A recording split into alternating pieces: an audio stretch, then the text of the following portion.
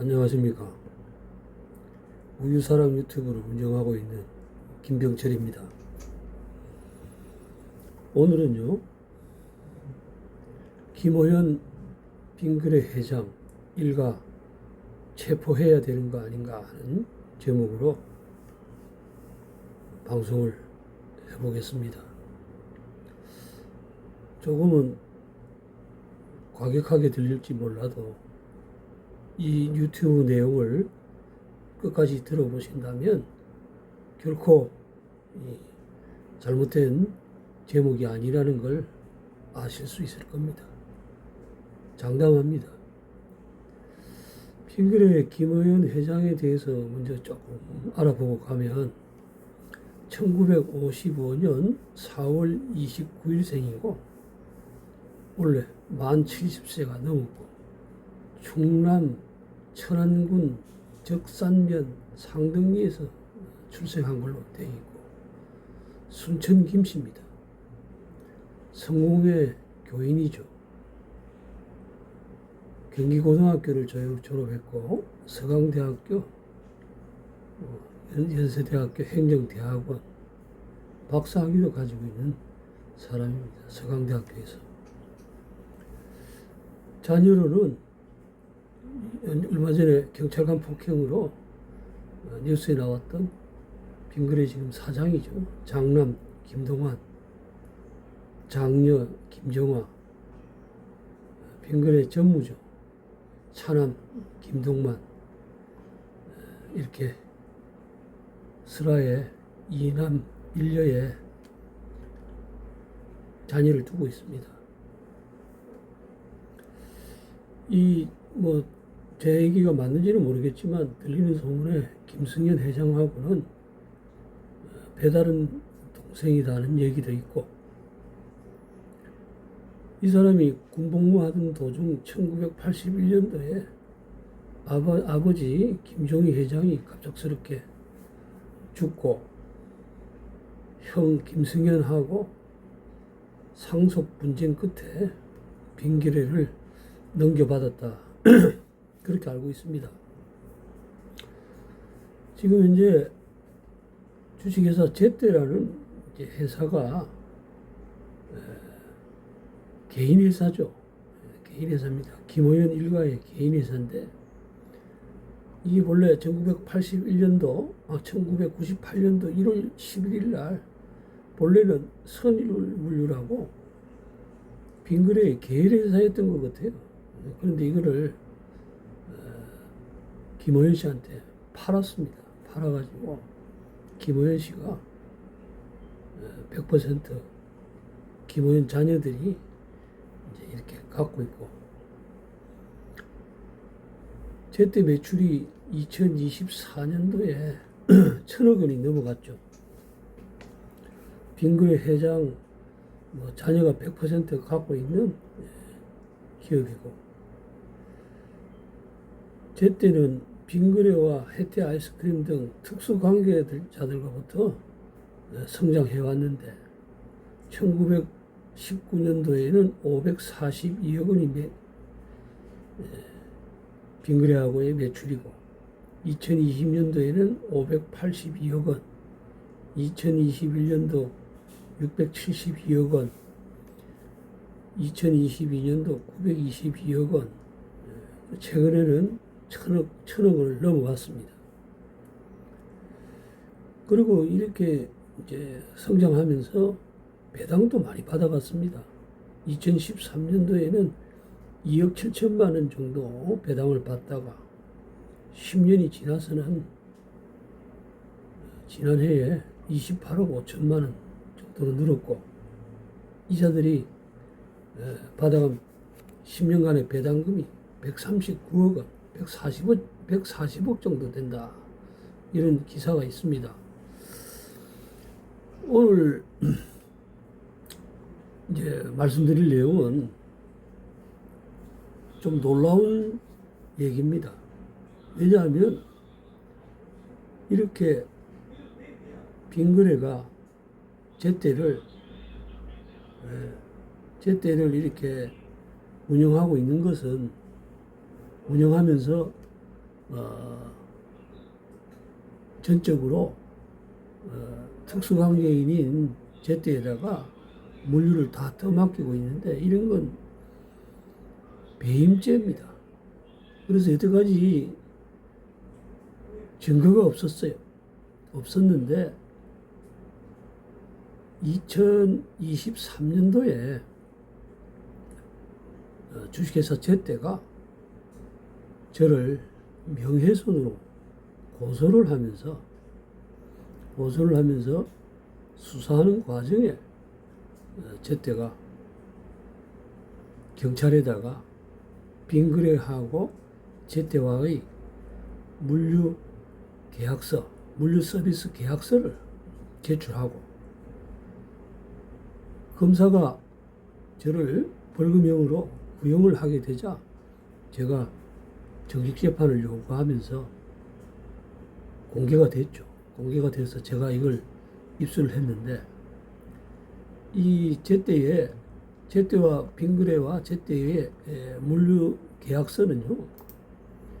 이걸 읽어보면 아주 교묘하죠. 교묘하고 상상을 초월하는 계약입니다. 이게 지금 세 가지로 계약서가 세 종류가 있어요. 물류 서비스 계약서가 있고 또 자세한 내용들은 부속 합의서라는 걸 표기가 하고 그 다음에 요율이라는 거는 물류할 때 발생하는 운 관련해 가지고 어떻게 측정하는가 하는 것은 별표라는 또 합의서가 또 있습니다. 이 세 가지가 합쳐져서 운송료나 이런 걸 계산해낼 수가 있죠. 그래서 자기네들이 저를 고소하고 재판하는 과정에서 이 계약서가 나왔습니다. 나왔고 물론 그 전에 여러 가지 제때가 빙그레 안에 이제 김해공장, 그 다음에 대구지점, 논산공장, 광주공장, 남양주에 있는 도농공장, 1공장, 2공장 이런데 시설이나 이런 것들을 사무실이나 이런 것들을 임대할 때 무상으로 한다는 건 무상으로 하고 있다는 건 2021년 1월에 빙그레 김해시청에 제가 감사관실에다가 공무원들을 고발하면서 신고하면서 답변에 그 내용이 나왔습니다. 그래서 이런 답변만 있었지 실제로 계약서가 없었기 때문에 이걸 뭐 고발하더라도 증거 불충분으로 이렇게 됐는데 2023년도에 이 계약서가 나오고 확실한 불법 행위가 있는데도 불구하고 경찰이나 이걸 또 공정거래위원회에도 제출을 했습니다. 신고를 해가지고 알고 있는데도 이걸 덮었죠.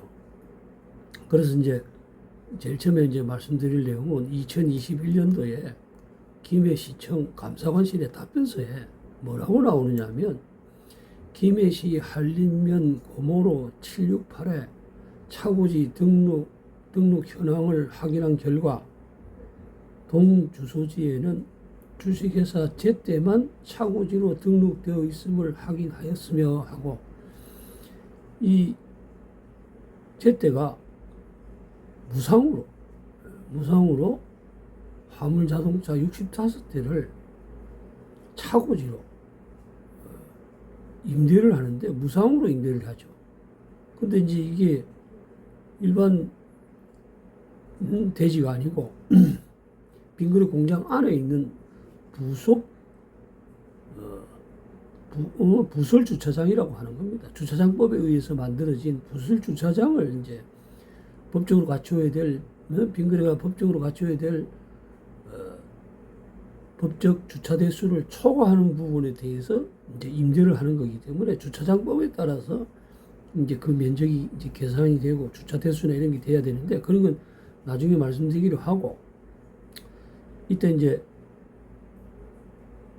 김해 시청에서 저한테 뭐라고 마지막에 답변이 왔냐면, 차고지 및 사무실을 빙그레와 무상으로 임대 계약을 체결하고 있다 하는 이 내용을 알려왔는데, 계약서가 없기 때문에 어떻게 신고를 하더라도 뭐 증거불충분이 이런 게 됐었는데, 2023년 한 5월경에 이제 정식 재판을 제때가 저를 이제 명예훼손죄로 형사 고발하면서 정식 재판을 요구하는 과정에서 수사 기록들이 이제 나와서 이제 이런 게 공개될 줄 몰랐겠죠. 자기네들은 모르고 이제 경찰에 제출했는데, 이게 이제 정식 재판이 되면서 이제 알려졌는데, 여기에 엄청난 내용이 들어 있습니다.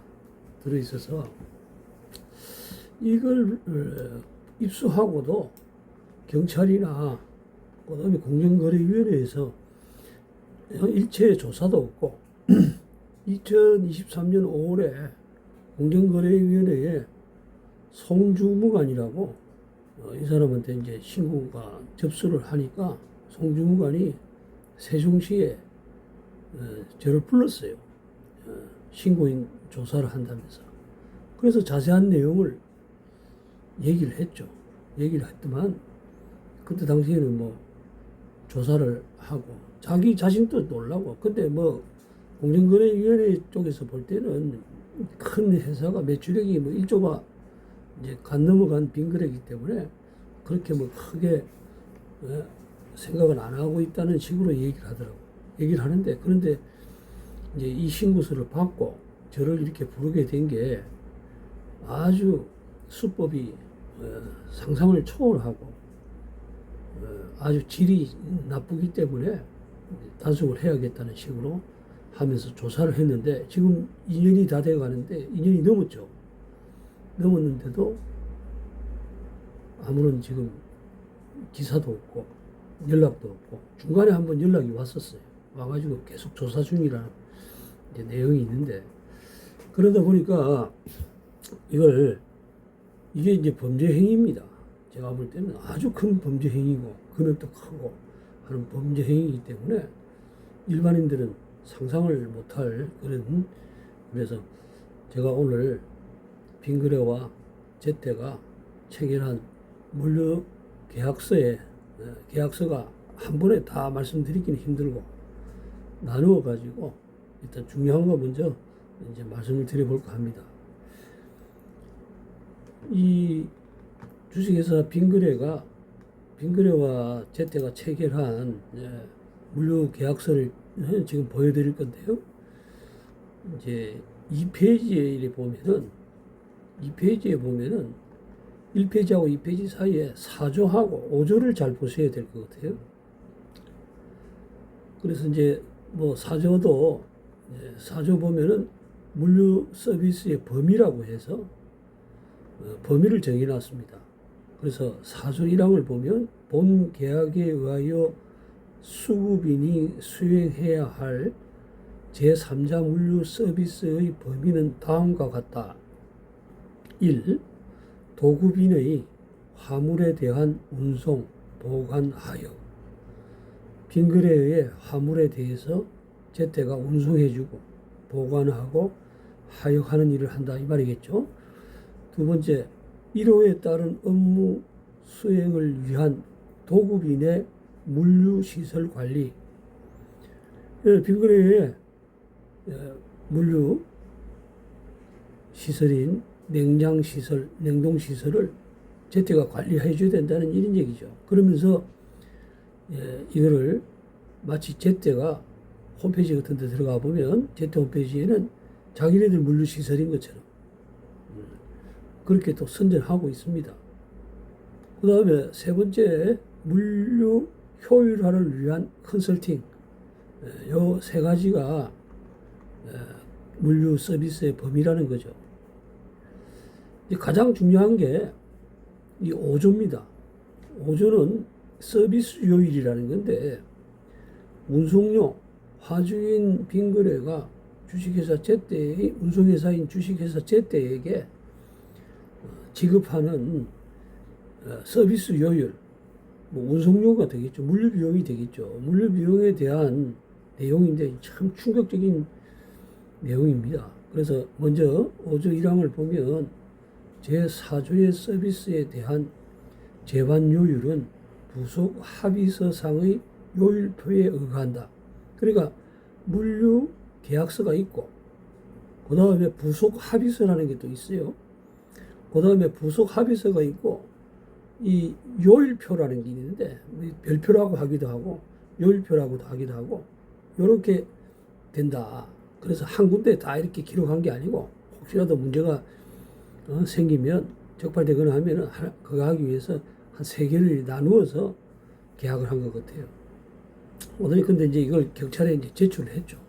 그래서 이제 우리가 보고 빙그레가 물류비용을 얼마를 지급하는가 이제 알게 되어서 이게 엄청납니다. 그래서 두 번째 이게 이제 가장 중요한 건데 서비스 제공과 관련하여 발생하는 유류비는 도급인이 실비를 지급한다.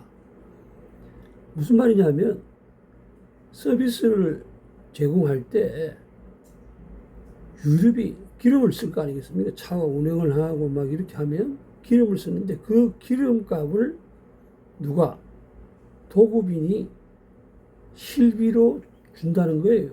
누구한테? 제때한테 주는 게 아닙니다. 제때한테 주는 게 아니고 화물차주들한테 직접 지급한다 이 말입니다. 이 말이죠. 그래서 이제 이게 야바이죠. 야바입니다. 무슨 말이냐면 운송료라는 건요. 화물자동차 운송사업법에 그 용어 정리에 어떻게 책정한다고 나와 있어요. 일단 화물을 운반하는 거리, 그 다음에 화물의 무게, 그 다음에 화물의 부피 이런 걸로 운임이 결정이 되는데 그래서 일반적으로 이제 화물을 이렇게 운송을 하면 경기도에서 한 400km 되고 김해까지 온다든지 아니면 김해에서 경기도로 간다든지 경기도 남양주 공장까지 가면 400km라면 거기에 무게가 얼마고 그거에 따라서 이제 50만 원이면 50만 원 이렇게 1회전 할 때마다 이제 가격을 이렇게 지불하면 끝나는 거예요. 끝나는데 이 제때하고 빙그레는 운임을 줄 때 운송사업자나 이런 사람들하고 또 다른 부분에 사기를 치려고 저는 그렇게 생각을 했습니다. 사기를 치려고 운임을 쪼개요.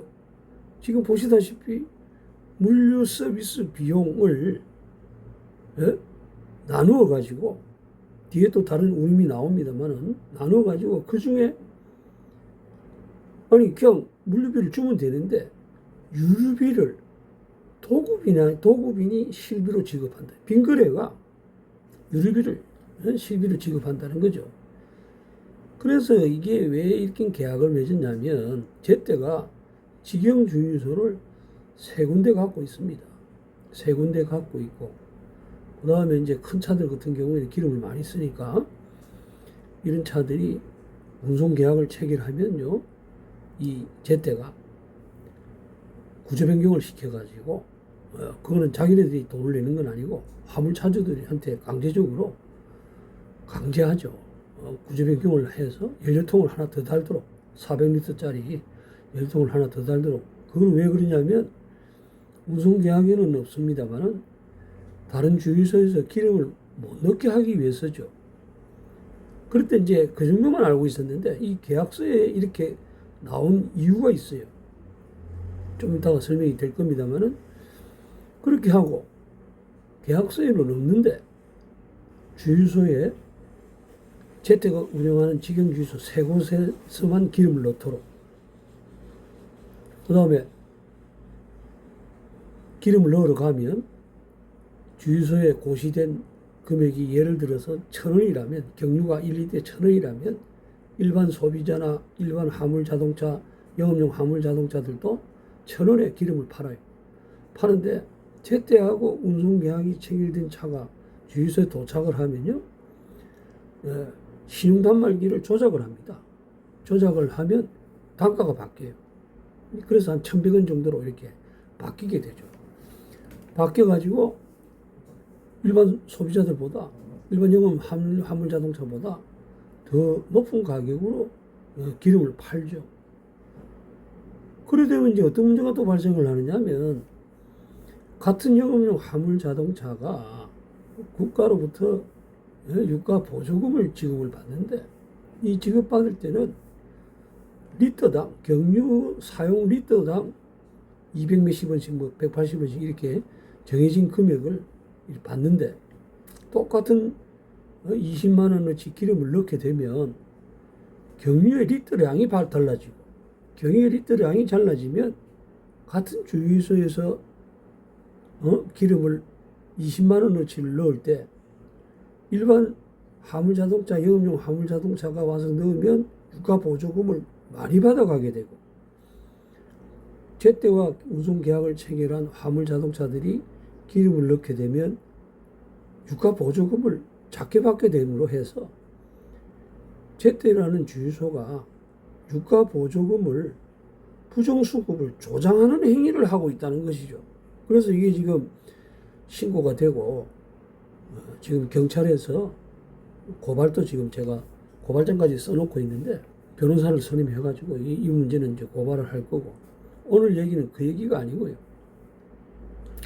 좀 전에처럼 주식회사 빙그레가 화주로서 제때에게 운임을 지급할 때, 운임 중에 일부분인 유류비라는 걸 만들어서 유류비를 실비로 지급하는데, 제때한테 주는 게 아니고 화물차주들한테 이렇게 준다는 거죠. 근데 이제 이게 왜 문제냐? 지금 제때하고 운송계약을 체결한 차들이 지금도 그렇습니다만 빙그레 일만 하는 게 아니거든요. 무슨 말이냐면, 저 같은 경우에 제가 이걸 알고 제가 3년째인가 5년째 정도, 3년 정도 되네. 3년째 정도의 이 일한 배차 기록을 다 갖고 있습니다. 제가 이걸 옛날부터 그 일을 하면서 이런 낌새를 알아채리고 그걸 다 복사를 해가지고 공정거래위원회에 제출도 했습니다. 무슨 말이냐면, 30일 중에서 4일은 공휴일이니까 쉰다고 치면 약 한 25일간 일을 하게 되는데, 대다수의 제때하고 운송계약을 체결한 차들이 25일 동안 다 빙그레 일을 하는 게 아니라는 겁니다.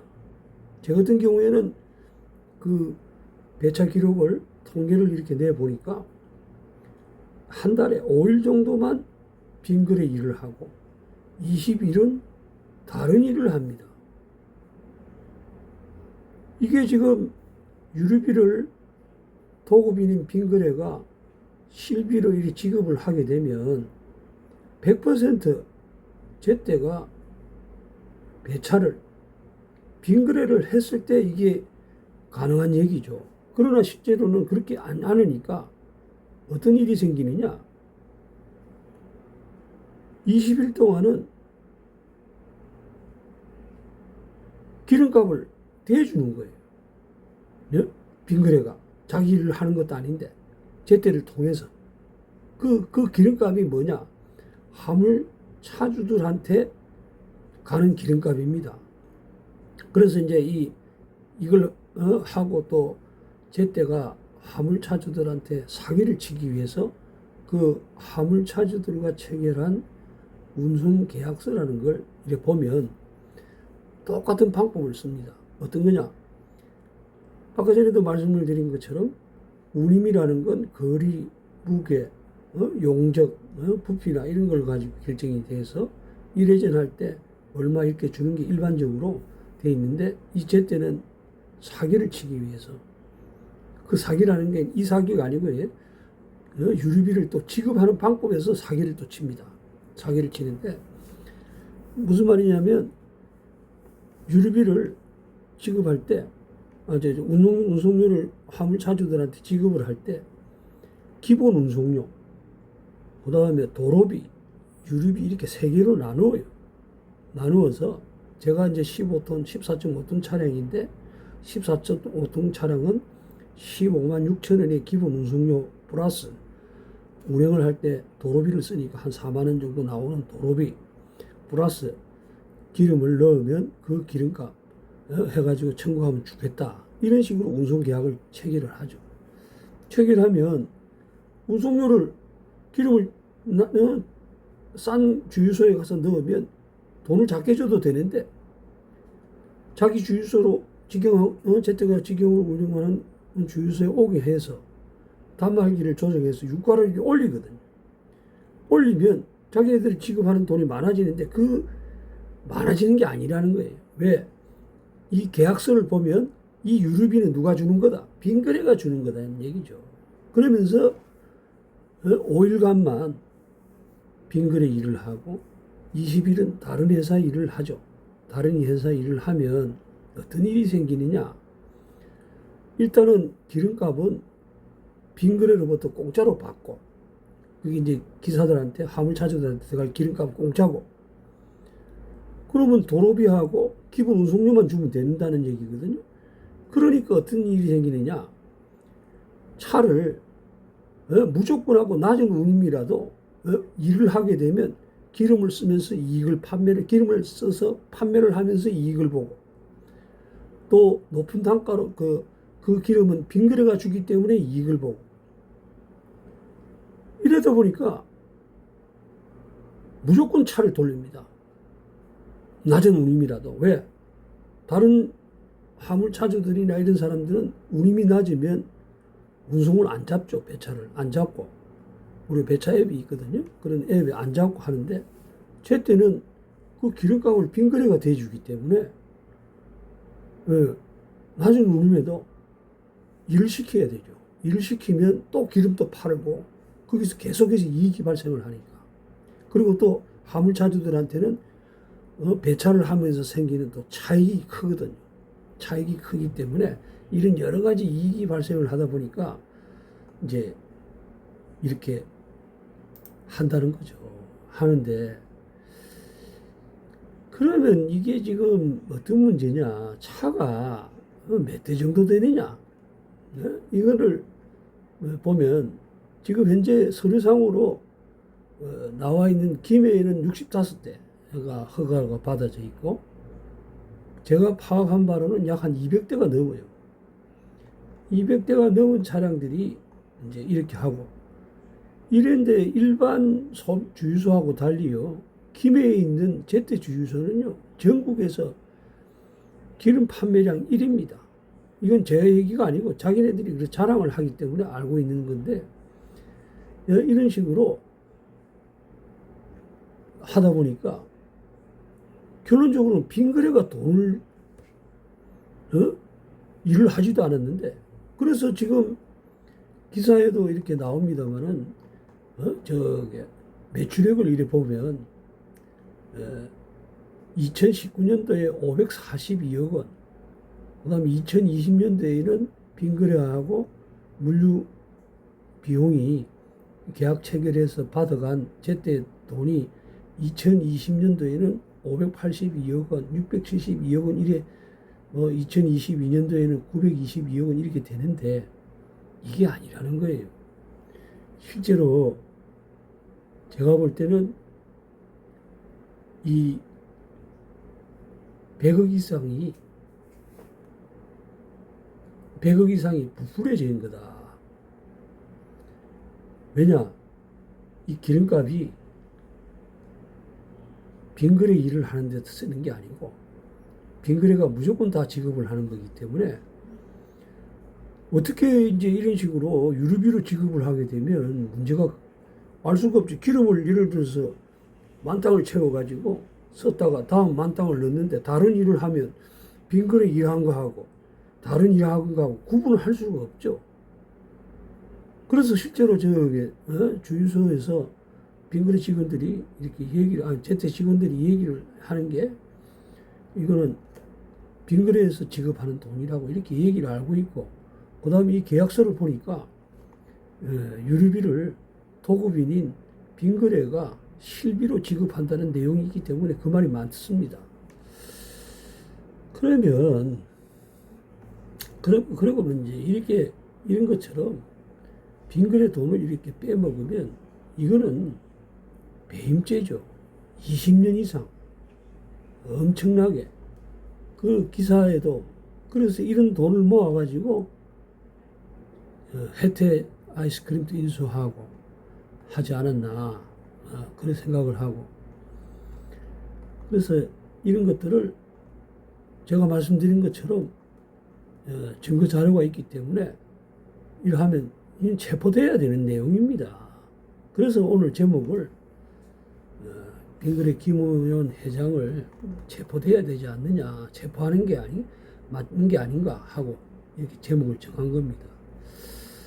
다음 시간에는 이제 이 배임죄 중에 차고지 관련해 가지고 이것도 엄청난 배임이죠. 예? 빙거래 재산을 무상으로 제때인 개인한테 그 회장 일가가 운영하는 개인 기업이지 않습니까? 빙거래하고는 뭐 특수관계는 맞습니다만은 전혀 관련이 없는 개인 기업이에요. 그래서 이런 개인 기업에다가 무상으로 이렇게 하면 여러 가지 탈세 문제도 발생을 하고 배임죄도 발생을 하는데 그 규모가 상당합니다. 왜냐? 대형차들의 한 달 주차비가 한 대당 15만 원에서 20만 원, 큰 차들은 20만 원도 합니다. 그래가지고 그걸 한 10만 원으로 이렇게 계산을 했을 때 20년간 주식회사 10년만 20년을 하면 한 24억 정도. 그러면 같은 조건으로 경쟁을 해야 되는 자기 땅을 갖고 있지 않는 운수회사들은 이런 월 주차비라든지 비용이 이렇게 발생을 하잖아요. 이러하는데 이러면 공정한 경쟁이 될 수가 없죠. 그래서 이거는 부당 지원이기 때문에 공정거래법도 이제 위반이 될 거고, 그 다음에 이제 무상으로 주게 되면 이게 세금도 세금 관련한 문제도 분명히 있을 겁니다. 그래서 이제 다음 시간에는 제가 이야기가 좀 길어지다 보니까 너무 그거 하신 것 같아서 이렇게 나누어서 이렇게 방송을 하려고 오늘은 요까지만 말씀을 드리고요. 제가 저번 시간에도 염치에 불구하고 후원 말씀을 드렸는데, 예, 조금 이렇게 후원을 해주시고 하면 제가 이런 불법 행위들 이런 것들을 고발하고 이들과 좀 싸우는데 큰 도움이 되니까 작은 금액이라도 이렇게 좀 후원을 해주신다면 힘을 얻어서 더 열심히 한번 싸워보겠습니다. 그럼 다음 시간에 또 뵙겠습니다. 감사합니다.